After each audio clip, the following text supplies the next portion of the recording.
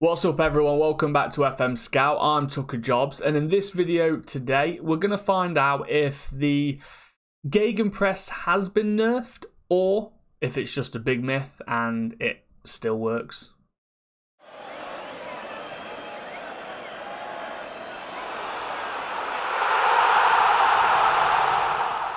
Right, welcome back everyone, and before we continue with the video, make sure you subscribe, like and comment to this video guys, and if you have time after that, then check out the description and head over to my channel as well and support me there. So, the gegenpress. It was said that it was going to change and evolve for FM22. Stamina will play a major part in it and other teams might struggle to use it and it won't be as effective as it was in FM21. Well, we're here to find out. So, we've got a tactic here. It's one of the most gegenpressing attacking tactics that we had in FM21.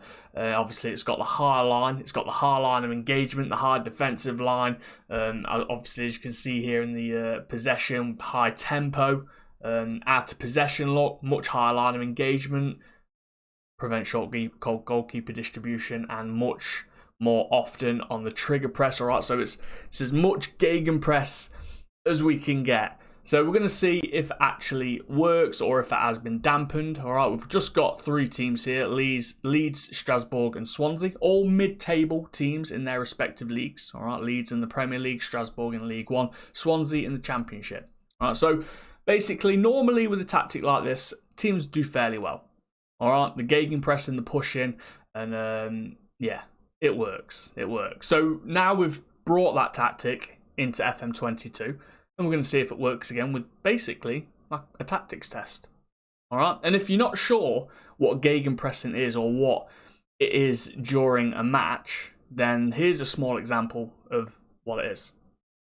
So here we are, 2D engine. Obviously, it's going to make it a little bit easier to understand and see where we are pressing and forcing them to make the mistakes. But basically, gegenpress is you are pressing them, you are closing them down quick when you lose the ball. All right, so as you can see now, Trincao for their team has just won the ball. All right, they've headed it away. And number 3 will drag on him. And number 43 will also come in to press. All right, force them to make the pass or a mistake. So as he's just about to pass, they know something's going to happen. 11 is going to pick up number 8, and 22 is going to pick up 33. All right, to try and be in a position where they can nick the ball. Obviously, they passed too much. Now 11, that's his zone now. He's going to close down number 15. 43 should move up and try and close down number 8. All right, it's a little bit far, so he might not get there. Obviously, 3 is going to stick with 11. 22 is going to stick with 33.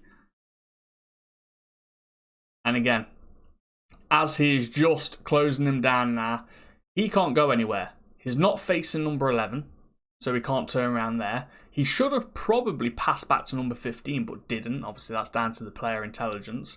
So he's just turned around, and he can't go to number 32 because that path is just about shut. All right, could be a mistake there. So he's gone to the only player he can, which is number 28 right here. Not knowing number 23, already closing him down. And wins the ball. Roberts, Rodrigo, Rafinha, over the top to Roberts. And they end up scoring. They end up scoring from it. So, yeah, that's obviously the high press, guys. The high tackling. Very effective sometimes and can be very, very good.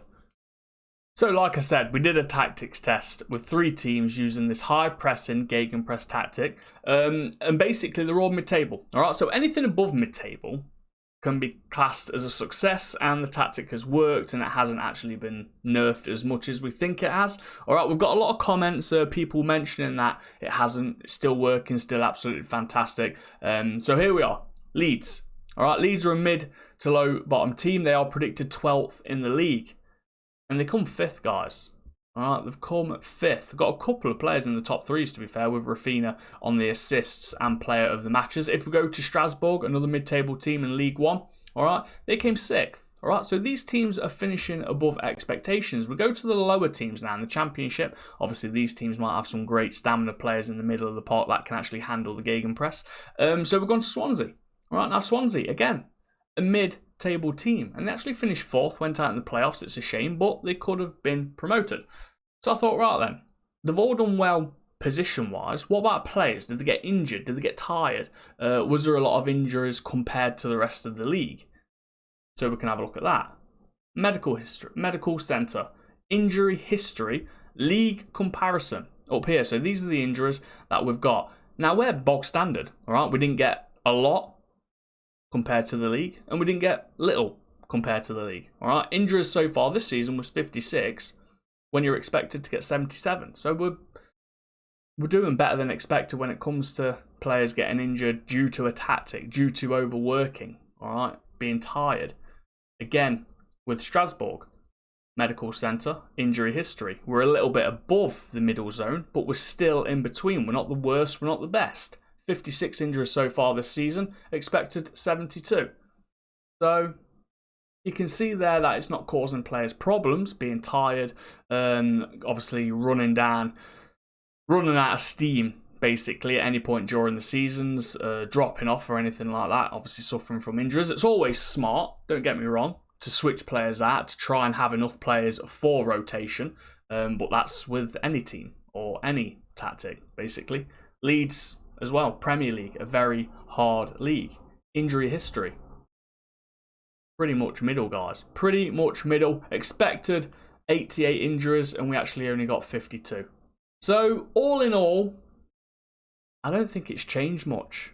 I think it's just been renamed, rehashed, basically. Yeah, it's just had the name change. I think it does.